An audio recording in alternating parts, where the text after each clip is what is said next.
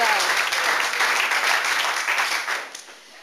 Well, my thanks to Helen Atkinson-Wood, who's just quietly gone off there, but welcome to Geoffrey Perkins and Angus Deayton, who you're the scriptwriters on Radioactive. I thought I was pretty good then.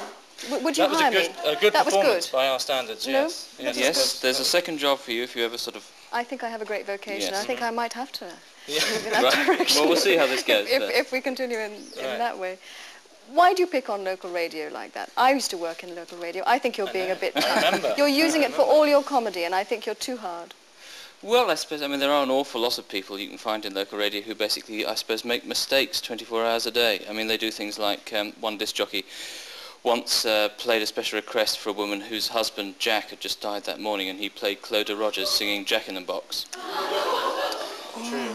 No. I mean, there's a certain sort of crassness about local radio sometimes, much as we love it. I mean, I was listening to BRMB once, in fact, when someone was talking to someone on the phone, and the guy said, I'd just been to visit my wife who's been in hospital for the last 5 months. And the DJ's reaction was to say, yes, so how long have you been listening to my show? Extraordinary reaction. We've actually based one of our characters on the radio show, which we do, a man called Martin Brown. It's based, I think, on this disc jockey. Whose name we can't reveal. We can't reveal. He's the sort of person who would start an interview by sitting down with somebody famous and saying, so who are you? Yes. You'd never do that, though. I'd never do that. What did you say your name is? Now listen, you work for Radio 4 and the programme comes out on Radio 4. Don't you have to be a bit careful about the kind of material you use, really? You have to sort of soften it up a bit.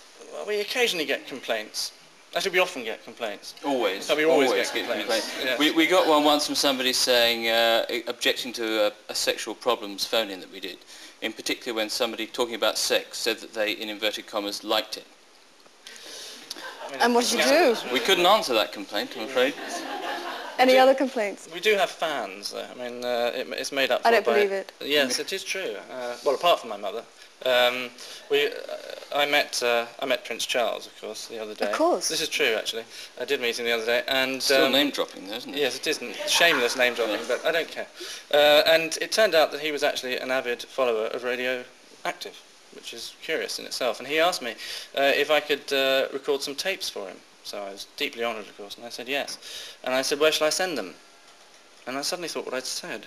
And he sort of looked at me as if I had 3 heads and said, Buckingham Palace? I said, of course, of course. What I meant was who I should send them to. It was supposed to be his private secretary, and I eventually got a letter back from the private secretary thanking me for the tapes and saying I have laid them before His Royal Highness, and thank you very much. Is he talking about the tapes? I don't know what he's talking about, but provided he hasn't trod on them. Yeah, so far. I mean, hopefully you've heard them. Well, talking about the royal family, you actually work on Spitting Image, don't you? I'm afraid I which is it, yes. much yes. tougher than Radioactive. Don't you occasionally want to bring some of that toughness in? Spitting Image is really quite hard-hitting these days. It's ruthless. Ruthless, yes. Well, I suppose we're sort of satirising types of people. I mean, it's a completely different show. In what way is it? Well, we can't have puppets on radio. Apart from that. I mean, apart from that. Well, I mean, that is a sort of satirical, topical show, and Radioactive goes more for sort of general social satire.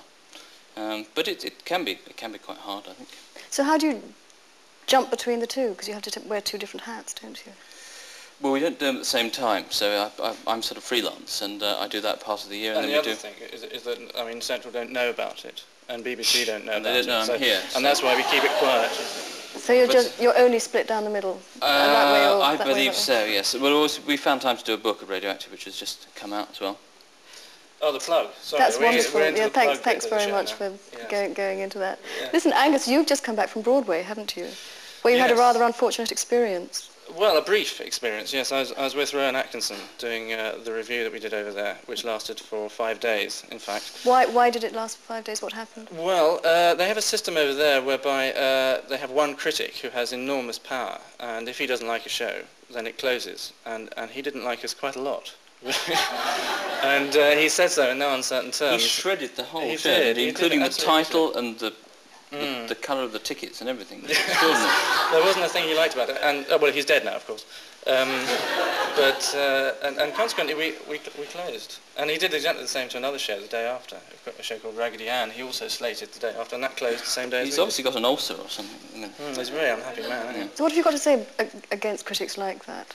And not just like that. What about the British critics over here? Well, on the whole, you see, over here it's different because you've got 4 or 5 biggish papers that, if one doesn't like you, you've got a reasonable chance that 1 or 2 others will. But over there, they have this system where it's basically the New York Times critic who has this enormous power, whether he likes it or not. Do you think maybe our humour is just different and it just doesn't go down so well over there? Well, I don't think that's true because the audiences were fine. I mean, the audiences liked it as much as they did in London. So there wasn't really any problem in translating the humour, particularly. That worked. But, maybe if you'd gone off Broadway. Maybe he's gone off Broadway. Yes, in fact. He's come all the way back here, back to London. Well, we found when we did an American version of Spitting Image, which is just in the process of being done, the one person we were not allowed to touch at all, the person who is sacred to Americans, is Mickey Mouse.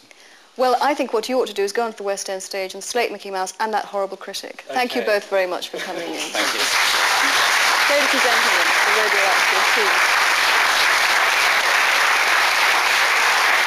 Well, that's all we've got time for today. On Monday, we've got Girls on Top, Ruby Wax, Jennifer Saunders, and Dawn French. And music also from Robin Archer, so hopefully we'll see you then.